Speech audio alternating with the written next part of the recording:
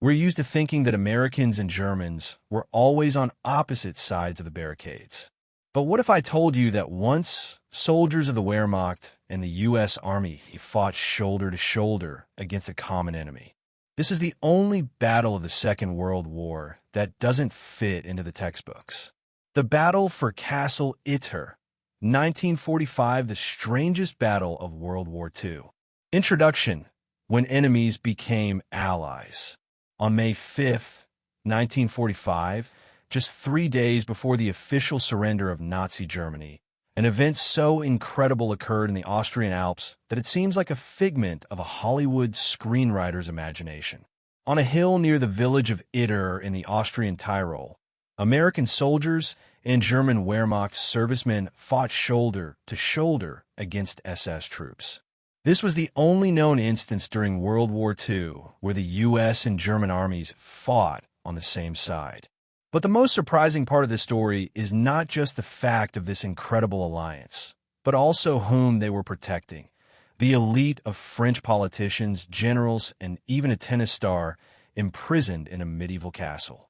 This story has all the elements of a great cinematic thriller: individual heroism, the moral choice between duty and conscience, the dramatic events of the final days of the war, and incredible twists of fate. But unlike Hollywood fantasies, this all actually happened, and these events could have changed the post-war destiny of France. Chapter 1. The Castle on the Mountaintop. Castle Itter stands on a hill 666 meters above sea level in the Brixental Valley, about 5 kilometers south of the town of Wurgl and 20 kilometers west of Kitzbühel. A fortress on this site is first mentioned in documents from 1241, though earlier structures may have existed there since the 10th century. The medieval fortress was rebuilt in 1532, underwent major reconstruction in 1878, and was converted into a hotel at the beginning of the 20th century. After the Anschluss of Austria in 1938, the castle's fate changed abruptly. In late 1940, the German government officially leased the castle from its owner, Franz Gruner. However, a few years later, the situation became even more sinister. On February 7, 1943, by direct order of Heinrich Himmler, the castle was confiscated from Gruner by SS Lieutenant General Oswald Pohl. By April 25, 1943, the transformation of the castle into a prison was complete, and it was placed under the administrative control of the Dachau concentration camp. But this was no ordinary prison. Castle Itter was created as a place to hold high-ranking French prisoners who were of value to the Third Reich. Their living conditions were relatively comfortable compared to the horrors of the concentration camps. The prisoners occupied cells converted from hotel rooms and had service staff from Dachau. They had adequate food and could walk freely within their territory. Nevertheless, by 1945, as Germany rapidly lost ground in the war, the prisoners began to fear for their lives. Chapter 2. The French Elite Behind Bars. The list of Castle Itter's inmates reads like a who's who of the French political and military elite from the beginning of World War II. Among the prisoners were former Prime Ministers Édouard Daladier and Paul Reynaud, Generals Maurice Gamelin and Maxime Weygand, right-wing leader François de Larac, trade union leader Léon Jouot, and even tennis star Jean Barotra. Édouard Daladier, who was 60 years old in 1945, was the Prime Minister of France at the start of the war. It was he who signed the infamous Munich Agreement of 1938 in an attempt to appease Hitler. After the German invasion of France, Daladier was arrested by the Vichy government and taken into exile in North Africa, from where he was eventually transferred to Germany. Paul Reynaud, a 66-year-old politician, succeeded Daladier as Prime Minister in March 1940. Unlike his predecessor, Reynaud consistently opposed Germany and refused to surrender to the Nazis. After the fall of France, he was also arrested by the Vichy regime. An interesting fact: Reynaud's 35-year-old secretary and future wife, Christiane Mabayer, was held in the castle with him and was Itter's youngest prisoner. General Maurice Gamelin was the commander-in-chief of the French army at the start of the war. His defensive strategy proved ineffective against the German Blitzkrieg in May 1940. Maxime Weygand, who replaced Gamelin as commander-in-chief, ultimately signed the French surrender and initially collaborated with the German occupiers. Naturally, these two generals did not particularly like each other. Jean Barotra, who was already in his 40s, was a famous tennis player known as the Bounding Basque. He had won Wimbledon twice, as well as tournaments in Australia and France in the 1920s. Barotra served as Commissioner for Sports and Physical Education in the Vichy government, but resigned in April 1942 and was later arrested while trying to flee the country to join the Allied forces. Among the prisoners was also Marie-Agnes Caillaux, the elder sister of Charles de Gaulle, the leader of Free France. Her presence in the castle was particularly symbolic. What makes this group even more interesting is that many of these people hated each other. Reynaud and Daladier were bitter political enemies, and both former prime ministers hated General Weygand. Gamelin, naturally, felt no sympathy for Weygand, who had replaced him. De Larac, who led the staunchly anti-communist Croix de Feu organization in the early 1930s, could not stand Jouot, whose General Confederation of Labor was France's largest trade union. These prisoners even ate at separate tables in the castle's small dining room to avoid interacting with one another. In addition to the French VIP prisoners, the castle held several Eastern European inmates from Dachau used for maintenance and various tasks. Among them was Zvonimir Kukovic, a Croatian electrician who was also a member of the Yugoslav communist resistance. These men would play a key role in the events to follow. Chapter 3. The end approaches. By the spring of 1945, the noose around Nazi Germany was tightening.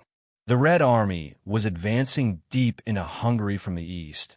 German forces had surrendered in Italy to the south, and the Western Allies were advancing on Tyrol from the west. On April 30th, 1945, as Soviet troops fought brutal street battles in Berlin, Adolf Hitler shot himself in his reinforced bunker. Even with the Führer dead, fanatical SS soldiers continued their resistance. At Castle Itter, the atmosphere became increasingly tense. The French VIP prisoners feared that the SS guards would rather execute them than hand them over to the Allies. On May 2nd, the last commandant of Dachau, Eduard Weiter, arrived at the castle after fleeing as American troops liberated the camp. However, he committed suicide in his quarters that same day. On May 4th, following the commandant's suicide, the SS officer in charge of the castle, Sebastian Wimmer, and most of the guards abandoned their posts. Suddenly, the castle was empty. Reynaud and Clemenceau even took a walk outside the gates to the village of Itter, but quickly returned. The roads were still full of patrolling SS troops, setting up roadblocks and machine gun nests.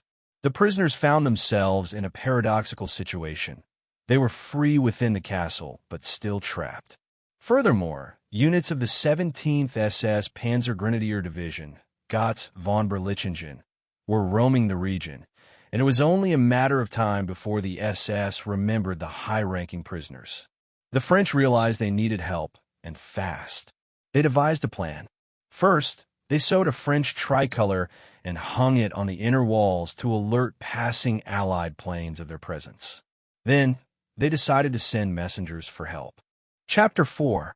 A desperate plea for help. On May 3rd, 1945, the first messenger set off on a dangerous journey. Zvonimir Kukovic, the Croatian electrician and member of the Yugoslav resistance, left the castle under the pretext of running an errand. The town of Wergel was 8 kilometers down the mountains and occupied by German troops. So Kukovic instead headed up the Inn River Valley toward Innsbruck, located 64 kilometers away. Late that evening, he reached the outskirts of the city and met an advance party of the 409th Infantry Regiment of the American 103rd Infantry Division, informing them of the castle's prisoners. At dawn, a heavily armed rescue operation was organized, but it was stopped by heavy artillery fire about halfway to Itter, near Jenbach, and then recalled by superiors for encroaching on the territory of the American 36th Division. Only 2 jeeps with auxiliary personnel continued moving. Major John T. Kramers, defying orders, sent a small rescue group, but the castle was outside his division's jurisdiction. Unaware of Kukovik's fate, the prisoner leaders agreed to send a second emissary. At noon on May 4th, the castle's cook, a Czech named Andreas Krobot, set off on a bicycle for Wurgel in hopes of finding help there. Krobot reached Wurgel, where he met the man who would change the course of events, Wehrmacht Major Joseph Sepp Gangl. Chapter 5. The Major Who Chose Conscience. Joseph Gangl was born on September 12, 1910, in Obertraubling, Bavaria, the son of a Royal Bavarian State Railways official. When he was a toddler, the family moved to Peißenberg in Upper Bavaria, where Joseph's younger siblings were born. Gangl served throughout the entire war. He participated in Operation Barbarossa as part of Army Group South, the Normandy landings, narrowly escaped encirclement in the Falaise Pocket, fought in the Ardennes Offensive, Battle of the Bulge, and in the defense of Saarbrücken. He was awarded the German Cross in Gold.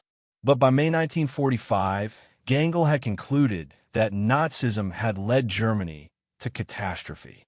In the final days of the war, he defied orders to retreat and instead joined the local Austrian resistance led by Alois Mayer. Gangl provided the resistance fighters with information and weapons. It was decided to prevent the execution of the order to defend Wurgel to the end and to liberate the prominent French prisoners from nearby Castle Itter. Gangl sought to maintain his unit's position in the town to protect local residents from SS reprisals. Nazi loyalists were shooting at any window displaying a white or Austrian flag and executing men as potential deserters. Gangl's hopes rested on the Americans reaching Wurgel quickly so he could surrender to them.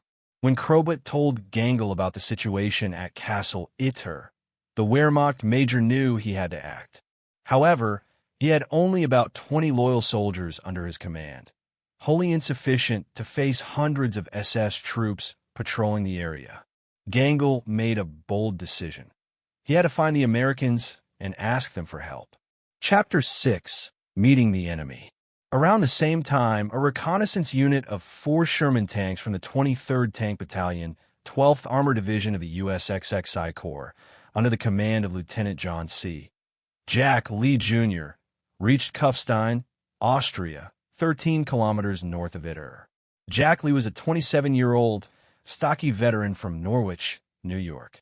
For the past 5 months, Lee had led Company B of the 23rd Tank Battalion in a rapid advance through France, into Germany, and now, in the final days of World War II in Europe, into the Austrian Tyrol. Lee was a former college football player, a decisive and energetic officer. His tank bore the nickname Besatten Jenny, an upgraded M4A3E8 EZ8 Sherman tank with a high-velocity 76mm gun. When Gangl, still in his Wehrmacht uniform, drove up to the American positions in Kufstein, he stepped out of his military Kubelwagen with his hands up and a white flag. It was a moment of supreme tension.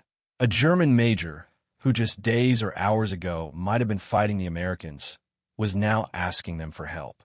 Gangl was brought to the nearest American officer, Captain Jack Lee.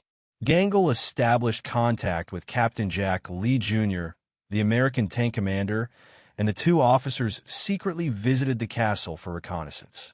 After hearing the story, Lee radioed headquarters, and after a quick exchange of messages, the young officer from New York enthusiastically declared that they were going on a rescue mission.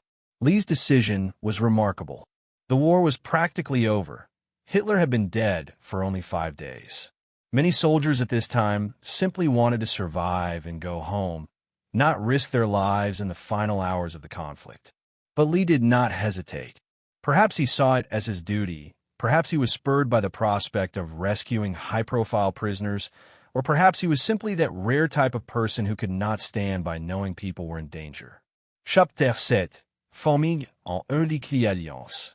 Lee began to assemble a rescue group. He was forced to send reinforcements back when a bridge proved too flimsy for the entire group to cross once, let alone twice.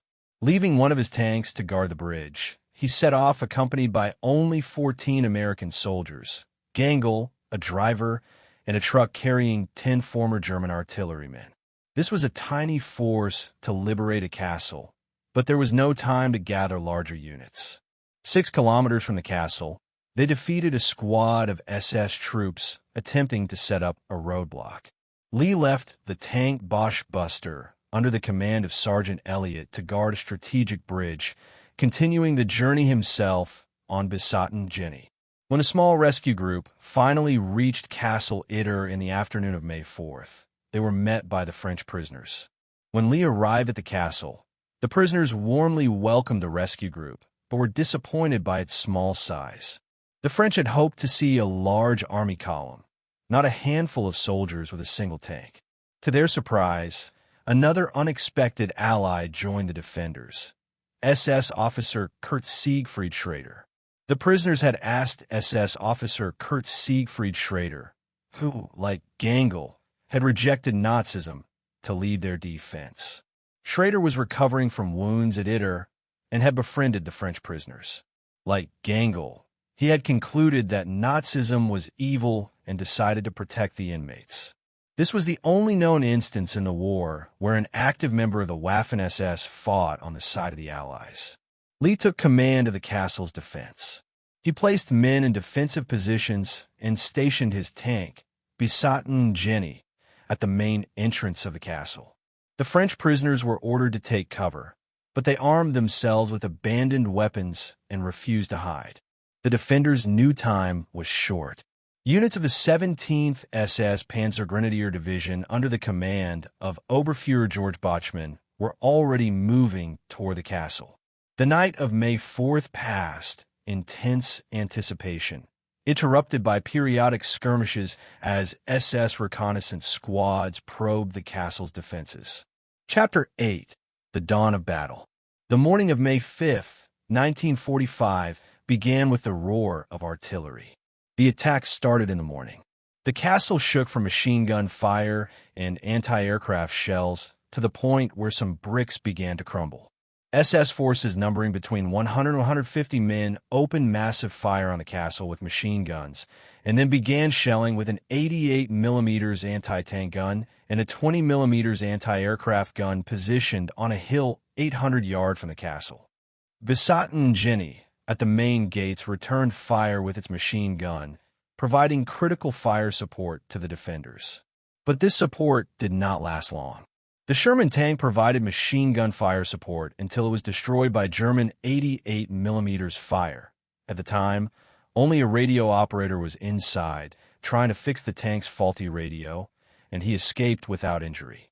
A shell pierced the tank's side armor, and the crew barely managed to scramble out before besotten Jenny turned into a burning pile of metal. The loss of the tank was a catastrophe.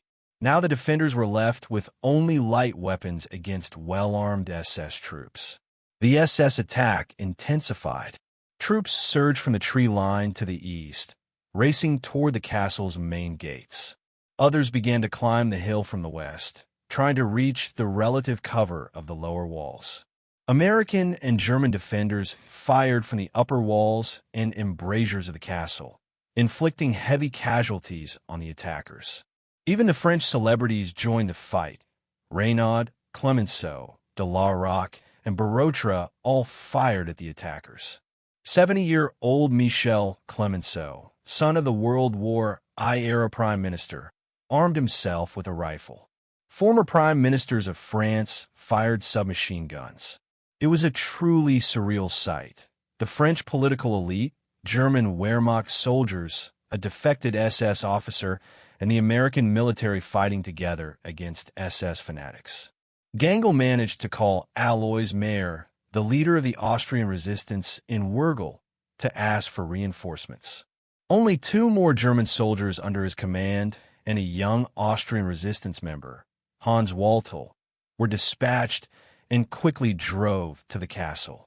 It was little, but every rifle counted. Chapter 9. tragedy, and heroism. The battle continued with increasing fury. The SS fire was intense and accurate. Several defenders were wounded, among them Schrader's wife, who was hit by a brick fragment chipped from the castle wall. Then an event occurred that would forever remain a symbol of this battle.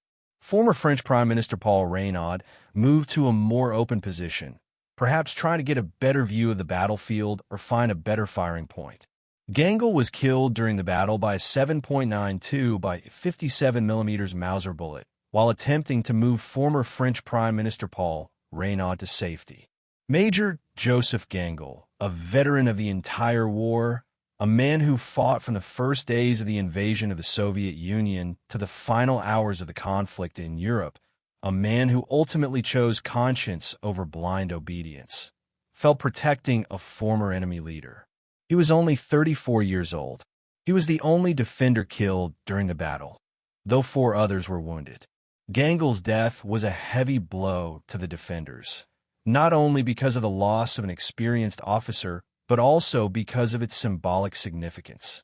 This man, who could have simply retreated, surrendered to the Americans, and safely waited out the end of the war, chose instead to risk everything to save people who just a few years ago were his country's enemies. His final act perfectly illustrates that humanity can overcome ideology and hatred. Chapter 10. The tennis player crosses SS lines. By noon, the situation was becoming desperate. Ammunition was running low. Lee tried to contact the 142nd Infantry Regiment by radio, but the connection was cut before he could convey full information about the enemy's position and strength. The defenders were practically surrounded. SS troops continued to advance, and it was clear that without reinforcements, the castle would fall within hours. It was at this moment that Jean Barotra, the 47-year-old former Wimbledon champion, proposed a plan that only a man with his unique blend of athleticism and bravery could devise. Lee accepted Barotra's offer to leap over the castle wall and run through SS lines to deliver full information about the enemy and their layout. It was a suicide mission. Barotra had to jump from the castle wall, cross about 40 meters of open ground under enemy fire, then run through woods teeming with SS patrols to reach the town of Wurgel, where he hoped to find units of the 142nd Infantry Regiment. But if anyone could do it, it was Barotra. In his youth, he was nicknamed the Bounding Bass for his incredible athleticism on the tennis court. Now, almost 2 decades after his Wimbledon triumphs, he had to use those same qualities to save the lives of his fellow prisoners. Barotra climbed down and somehow, against all odds, was not shot by the SS. He found reinforcements among the American troops who were already trying to fight their way to the castle, but had been delayed by SS resistance. When the Americans realized the situation, they accelerated their movement toward the castle. The tennis star was recognized by René Levesque, a French-Canadian reporter attached to the 142nd Regiment, who later became the Premier of Quebec.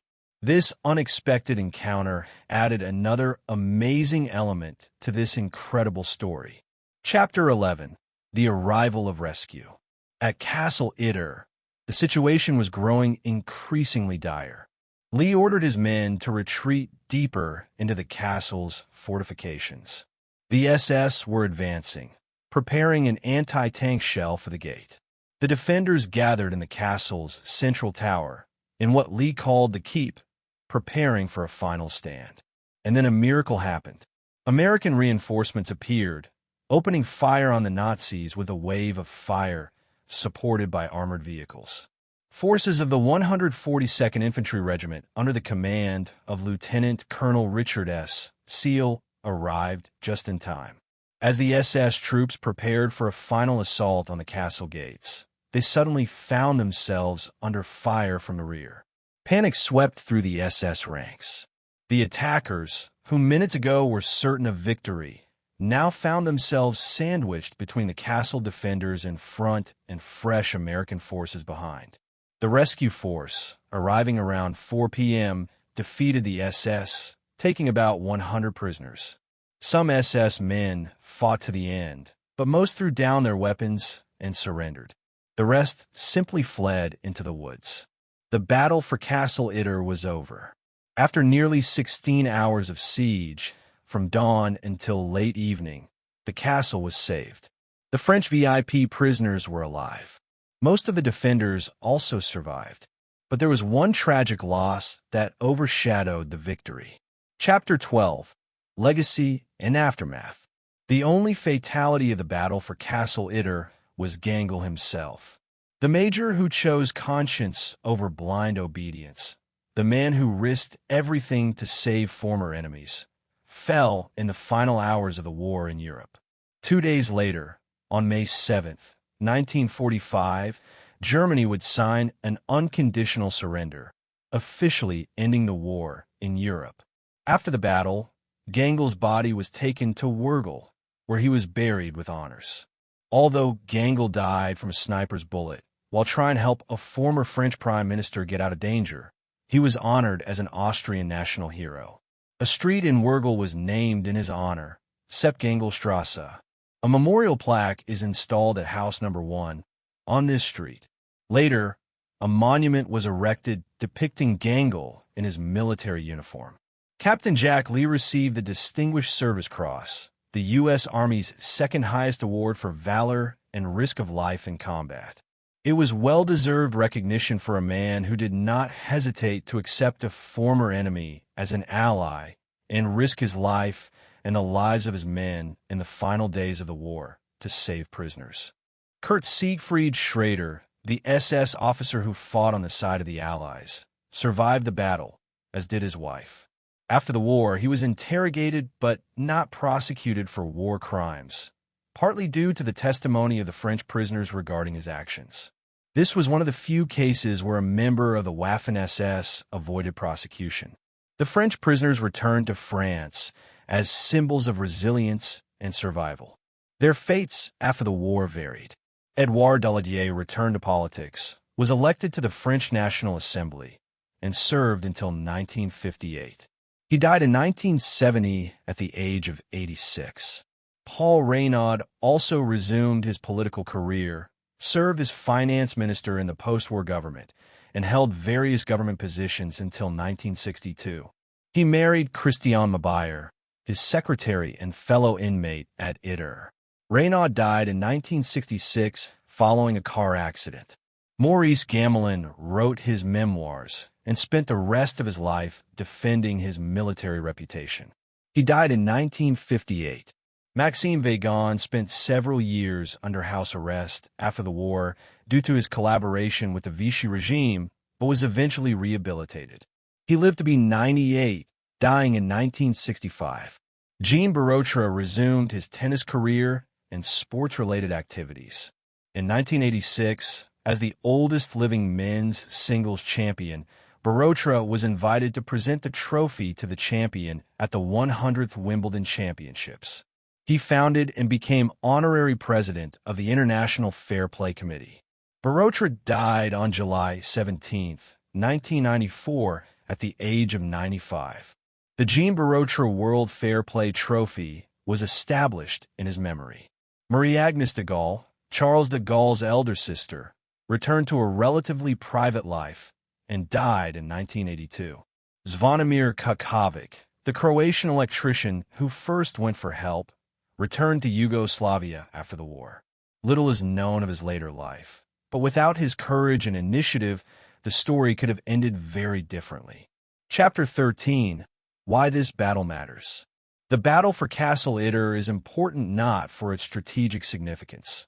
The war in Europe was effectively over, and this small skirmish did not affect its outcome. Its significance lies elsewhere.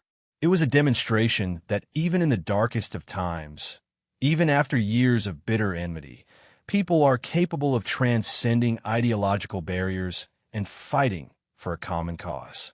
The battle was also the only known instance where Americans and Germans fought on the same side. It was a moment when official front lines became irrelevant, when soldiers acted not on orders from high command, but at the bidding of their conscience.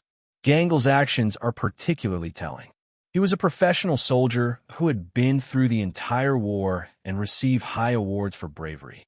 He could have simply surrendered to the Americans, spent a few years in a POW camp, and returned home after the war. Instead, he risked everything to save people who just a few years ago were his country's enemies.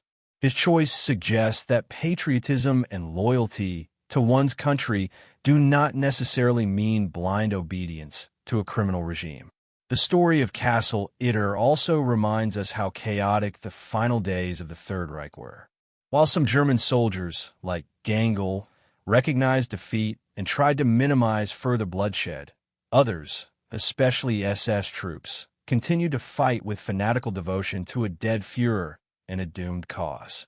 Thousands of people died in the final days of the war in senseless battles. Finally, this story shows how individual courage and initiative can change the course of events. If not for the bravery of Kakovic and Krobot, who risked their lives to find help, if not for Gangel's determination to act on his conscience, if not for Lee's willingness to trust a former enemy and undertake a risky rescue mission, if not for Barotra's incredible escape through SS lines, the French VIP prisoners would likely have been executed by SS troops in the final hours of the war. Chapter 14. The Forgotten Battle. Despite its uniqueness and drama, the battle for Castle Itter remained little known for a long time. There are several reasons for this neglect. First, the battle took place at the very end of the war, when the world's attention was focused on Germany's surrender, the uncovering of concentration camp horrors, and the start of the post-war settlement.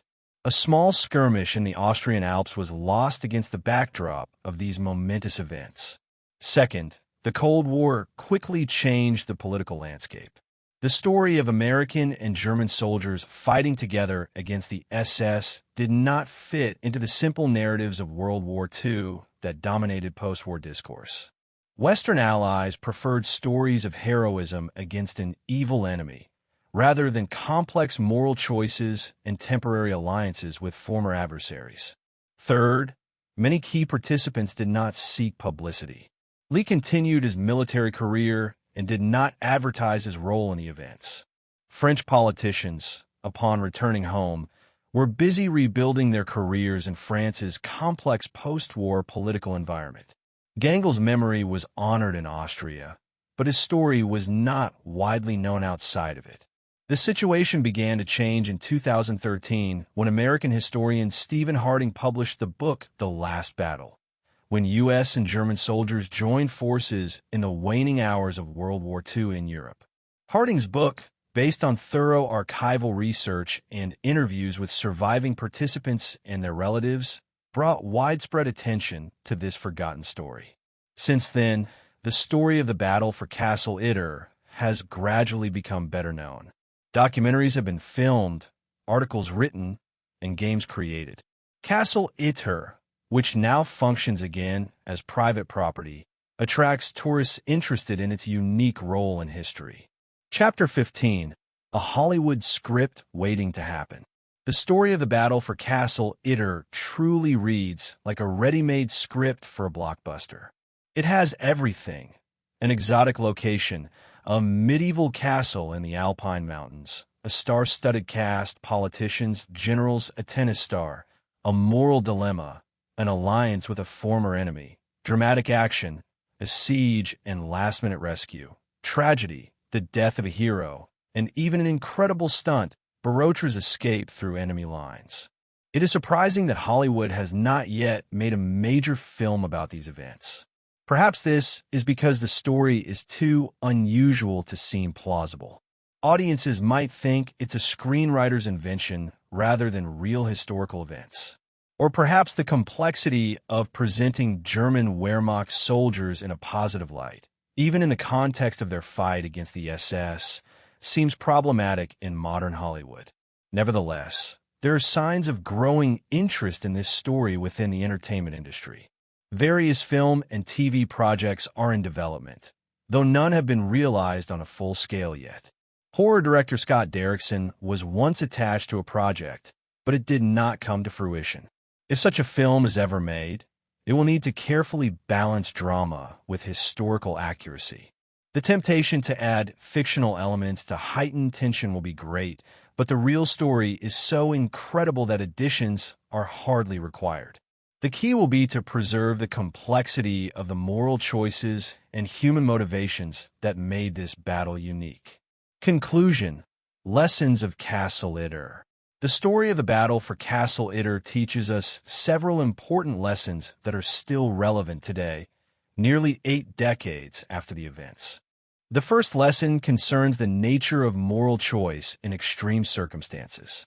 Gangl and the other German soldiers who joined him faced an impossible choice: to remain loyal to their oath to a dying regime or to follow their conscience.